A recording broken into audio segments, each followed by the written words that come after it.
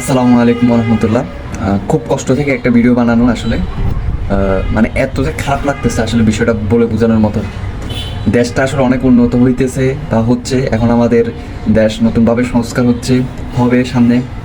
সবাই এখন নতুন বাংলাদেশে নতুন নতুন অনেকগুলো দাবি রাখতেছে, অনেকে তো অনেক রকমের সংস্কারের কথা বলতেছে। তো আজকে আমি আপনাদের সামনে একটা সংস্কার বলেন বা অনেকের ভোগান্তির একটা বিষয় আমি আসলে তুলে ধরবো, মানে এটা কী পরিমাণ যে মানুষের প্যারা দিতেছে, কষ্ট দিতেছে, ওই জিনিসটা একটু বলার চেষ্টা করবো, কারণ আমি নিজে এটার ভুক্তভোগী। আমাদের যাদের সার্টিফিকেটের পিতামাতার নাম অনেক সময় ভুল হয়, অনেকের নামের শুরুতে, পিতার নামের শুরুতে দেখা যায় পিতার এনআইডিতে এমডি নাই, কিন্তু আমার সার্টিফিকেটে এমডি দেওয়া বা এমন কিছু ছোটোখাটো ভুল আছে যেগুলো সংশোধন করা অনেক বেশি জরুরি, যেমন চাকরির ক্ষেত্রে বলেন বা বিদেশ যাওয়ার ক্ষেত্রে এই জিনিসগুলো অনেক বেশি সমস্যা করে। কিন্তু ভাই ঠিক আছে, আমার একটা জিনিস ভুল হয়েছে, ওই জিনিসটা সংশোধনের সবচেয়ে ইজিয়েস্ট পদ্ধতি কি আমি যতটুকু মনে করি, শুনেন, যে আমি আমার প্রতিষ্ঠানকে জানাইলাম, অর্থাৎ যে প্রতিষ্ঠান থেকে আমি আমার সার্টিফিকেট পাইছি সেই প্রতিষ্ঠানকে জানাইলাম যে আমার এই জায়গায় এই ভুল হয়েছে, আপনারা প্লিজ এখান থেকে বোর্ডে একটা আবেদন করেন যে আমার এটা ভুল হয়েছে, সার্টিফিকেটটা সংশোধন প্রয়োজন। শেষ।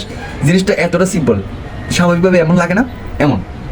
তো আমি আমার অরিজিনাল সার্টিফিকেট আমার প্রতিষ্ঠানকে দিলাম, প্রতিষ্ঠানটা এটা জিনিসটা বোর্ডে পাঠাইলো, সর্বোচ্চ দেখা গেলো 10 দিনের ভিতরে ওরা নতুন একটা জিনিস বানায় আমার পাঠিয়ে দিল। এমনই তো হওয়া দরকার, হ্যাঁ। কিন্তু দেখেন, আপনি প্রথমে প্রতিষ্ঠানে যাবেন, প্রতিষ্ঠান থেকে পাসওয়ার্ড ইআইএনের নাম্বার নেবেন, নিয়ে একটা আবেদন করবেন, আবেদন করে আরও কী কাগজপত্র নিতে হবে, নিয়ে পত্রিকায় প্রজ্ঞাপন জারি, তারপরে পত্রিকায় অ্যাড দিতে হবে, ওইখান থেকে কি আবার আইনি নাকি প্রজ্ঞাপন জারি, এরপরে বোর্ডে যাবে, বোর্ডে যাই আবার মূল্যায়ন। এত কাহিনী কেন ভাই আমার একটু বলেন। আমার কাছে এটার কোনো লজিক ইয়া হয় না যে আমার সার্টিফিকেটের নাম বলে আমি পত্রিকায় কেন দেওয়া লাগবে আমার। প্লিজ একটু কেউ যদি জানেন বিস্তারিত এই বিষয়ে, আমার ভাই জ্ঞান কম, আপনারা আমাকে একটু জানাইন যে পত্রিকায় কেন জানানো লাগতেছে, কোর্টে কেন প্রজ্ঞাপন জানানো লাগছে। আর একটা লজিক আমার কাছে মনে হলো যে আচ্ছা ঠিক আছে, ঠিক যে আমি আমার সার্টিফিকেট চেঞ্জ করে কোনো হয়তো অনৈতিক কাজও করতে পারি, আচ্ছা ঠিক আছে। তো এখন আপনারা যে প্রজ্ঞাপন জারি করতে, এমনও তো হইতে পারে যে কেউ আসলে অনৈতিক কাজের জন্য প্রজ্ঞাপন জারি করলো, তখন আপনারা এটা কীভাবে বুঝলেন? এখানেও তো বাটপারি করার সুযোগ আছে, তাই না? বাটপারি তো বাংলাদেশে এখন কী হয়েছে, মানে বাটপারি আটকানোর জন্য যে প্রসেসগুলোতে আমরা আটকাচ্ছি ওই প্রসেসগুলোতে আরও বেশি বাটপারি হচ্ছে, ভোগান্তি তো হচ্ছেই। এরপরে সময় নষ্ট, টাকা লস। ভাই একটা সার্টিফিকেট চেঞ্জ করতে 4-5 মাস 6 মাস, অনেকের 1 বছরও লাগতেছে।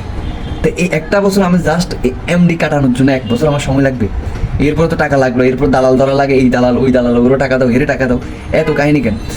সবাই তো দেশ সংস্কারের নানা কথা বলতেছে। আমার মতেই এখন নতুন যে সরকার আসছে ওনাদের উচিত যে সার্টিফিকেট যে সংশোধনের যে বিষয়টা, এটা তো অতি সত্বর একটা সমাধানে আসুক।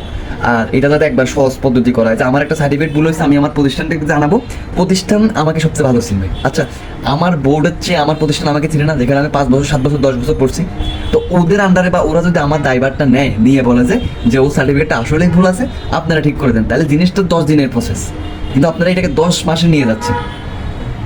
এটার আমি একটা গ্রহণযোগ্য বা গঠনমূলক একটা সমাধান চাই। আর আমি ভাই এই বিষয় সম্পর্কে আসলে কম জানি, আপনারা যারা জানেন বিস্তারিত একটু ব্যাখ্যা করেন যে এত কাহিনী কেন। আর এটা তো সহজ পদ্ধতিতে করা যায় আমার মধ্যে, বা সহজ পদ্ধতি না হলেও তো এত লেন্দি প্রসেসে তো এখানে আমি কোনো বিষয় দেখতেছি না একটা নাম সংশোধনের জন্য। তো যারা এই বিষয়টা সম্পর্কে আরও ভালো জানেন একটু আমার জানায়েন, আর একটু বলে দিবেন যে আসলে এই ঘটনা কেন। এটা আমি ভুক্তভোগী, খুব বিরক্ত লাগতেছে, মাথা খারাপ হচ্ছে, মনে হচ্ছে যে কী করে ফেলি। এত কিছু উন্নত হয়ে গেছে, এখন এই জিনিসটা এখন পরিবর্তন হয়নি। ঠিক আছে, সবাই ভালো থাকবেন। আসসালামু আলাইকুম।